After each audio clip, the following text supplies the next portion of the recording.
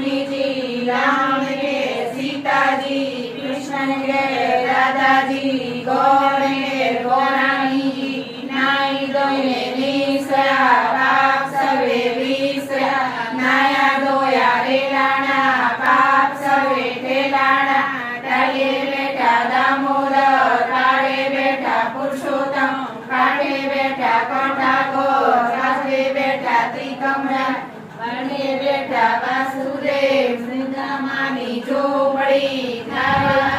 सुखड़ी, भवी बागो भूखड़ी, सुखड़ा